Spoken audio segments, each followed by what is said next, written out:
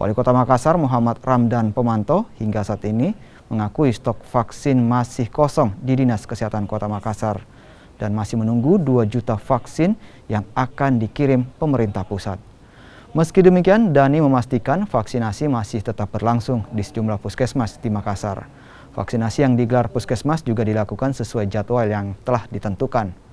Sementara itu, vaksinasi di Makassar telah mencapai 40%. Saya dengar ada kabar ada beberapa vial, tapi belum mencukupi. Teman-teman ini juga telepon saya dapat 100.000, itu luar biasa.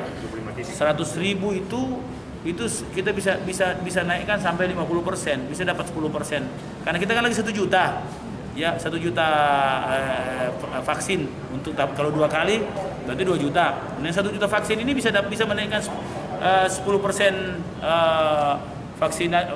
kegiatan vaksinasi di Makassar. Sudah berapa persen Pak? 40%. 39, sudah 40% saya kira sekarang.